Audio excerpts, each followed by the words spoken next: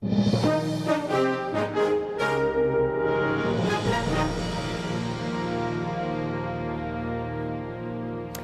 changing the public school system in Washington, D.C. The NewsHour's special correspondent for education, John Merrow, has spent much of this year chronicling efforts to overhaul troubled school districts in New Orleans and here in the nation's capital. Tonight, he returns to Washington to look at how those changes are playing out at one middle school. Just 6 weeks before summer vacation, tension was mounting at Hart Middle School in Washington, D.C. Majority of the staff really are going through some anxiety right now because they don't know whether or not they're going to be here next school year. The teachers that's already here, they're good teachers, so why are you trying to get rid of them? In all honesty, test scores are those the only things that you gauge a school by? Test scores at Hart Middle School are low, so low that the federal law known as No Child Left Behind says that the school must undergo drastic changes by this coming fall. What those drastic changes will be is up to this woman, D.C. School Chancellor Michelle Rhee.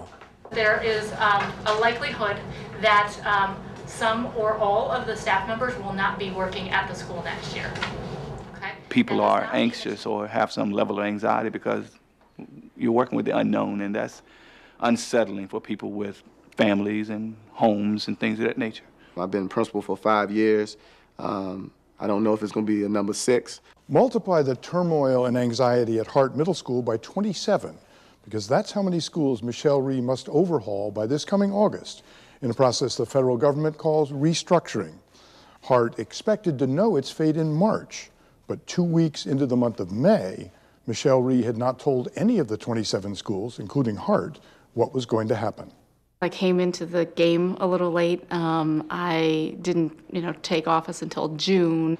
Rhee spent the first months of the school year tackling dysfunction in the district central office and making plans to close 23 schools. We've had 2 this week. In January, she turned her attention to the 27 schools in restructuring, dispatching small teams of experts to observe each school for 1 or 2 days. The report from Hart was dismal. I think that we have some issues that we need to deal with in overall management and operations and leadership in the school. So across, lots of different spectrums, we have a significant amount of work to do. 37, stop. What did I say yesterday? But many at the school dispute the report. If you were being assessed at your job and someone came in one day and got a snapshot of 1 day of what you were doing, you think that would be enough time for you? I teach 8th grade. I may have a kid that's reading at a 2nd grade level. Now tell me, how did this kid get in 8th grade? This has nothing to do with Hart. I would consider Hart Middle School as a success. Pep in your step. Willie Bennett has worked at Hart for 10 years, the last 5 as principal.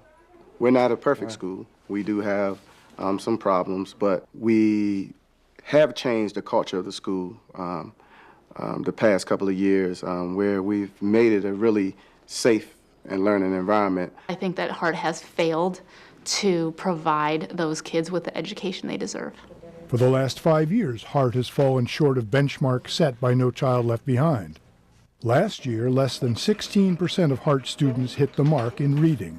The federal law sets out 5 options for what can happen to a school in restructuring status. Rhee's options include handing the school over to a private management company or replacing the entire staff. How much do you know about Hart Middle School? I know enough about Hart Middle School to be able to make the decision about which option I believe is the right option for the school. But according to Principal Bennett, Rhee has been out of touch with the realities at Hart from the beginning. I really don't think she understands what's really happening in the surrounding communities around the school. I really don't think she even have an idea. Rhee has already announced plans to close neighboring P.R. Harris Middle School at the end of this school year. Many Harris students have been reassigned to Hart for the coming fall, alarming teachers and parents. The Hart and Harris neighborhoods are bitter rivals. It's almost like the Hatfields and McCoys that's been going on for a long period of time.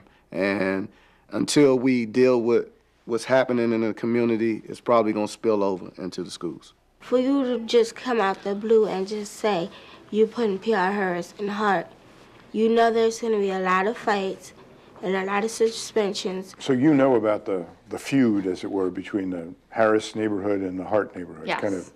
Does that concern you? I absolutely think that it's going to be a significant challenge to make sure that that we don't put our young people in a position where their safety is compromised. But Rhee's history worries some D.C. politicians. She's a newcomer to Washington and has never before led a school district. I think her heart may be in the right place, but I don't think that she's really taken a thorough analysis of this school district. William Lockridge served on D.C.'s elected school board for 10 years before Michelle Rhee took office. It takes more than 1 year for you to come into a school district and look at the problems and assess the problems and to begin to make a change. A lot of people, I think, over the last few months have said, you know, it's too much or it's too fast or both. But this is the kind of change that's necessary, the scope, the pace. Rhee has a powerful incentive to move quickly: competition. Last year, thousands of students chose to attend charter schools instead of district schools, decreasing Rhee's budget by tens of millions of dollars. I think it's a sign that people have lost faith in the district. I think it's a sign that people believe that there are better options for their kids. Enthusiastic historian, tell me what? Increasingly, D.C. parents are turning to public charter schools like this one, which Michelle Rhee does not control. Charter schools like KIPP D.C. now enroll 27% of D.C.'s school-age children. KIPP D.C. kids are outperforming the neighboring schools. Susan Scheffler oversees KIPP charter schools in the district. We are in school over 40% more time than the traditional school system. So that's more math, it's more reading, more science, more social studies. One of Scheffler's middle schools is just a few blocks away from Hart, and test scores there are significantly higher. Last year, 60% of KIPP AIM Academy students scored proficient in math, compared to just 11% at Hart. And KIPP DC is expanding. Unlike Michelle Rhee, who is closing schools, Susan Scheffler will open a new campus this fall. All the fifth graders will be, and the kindergartners are going to be down this hall. What is your relationship with these charter schools, with these KIPP schools? Are they your competition? Well, I mean, I certainly think that in some ways, you know, they are. But we have 100,000 school-age kids in Washington, D.C. I want every single one of those kids in an excellent school. But you are losing students. You have 100,000 school-age kids, but you're now at around 50,000. Correct. You're hemorrhaging students. Is that a concern? I believe that when we begin to, on a consistent basis, have schools that have compelling and engaging and rigorous programs for kids, will we begin to attract back and see our numbers start to go in the other direction? I absolutely think so. Between school closings and restructuring, Rhee is planning massive changes to about 50 schools in the space of one summer. This is a big task. It's a daunting task for the superintendent and also the facilities division, and I'm not sure if we're going to have the capacity to be able to do that in 3 months. Is there enough time? I think it's going to be challenging, but we will make sure that that the schools are set up for success by the time we open day one. Now, does that mean that every single thing that will be in place will be in place? No. Back at Hart Middle School, Principal Bennett was taking things one day at a time. We don't know what Chancellor Rhee has chosen for us, so we're just waiting patiently. We're going to continue to work with our students as hard as we can. The wait is over. On May 15th, Michelle Rhee announced her restructuring decisions for all 27 schools. Hart's administrative staff will be replaced, and a private management company will be brought in to run the school. Rhee dismissed Principal Willie Bennett. He's one of 24 district principals who will not return in the fall. John will have reports this summer looking at how both Washington and New Orleans fared after the first year of big changes.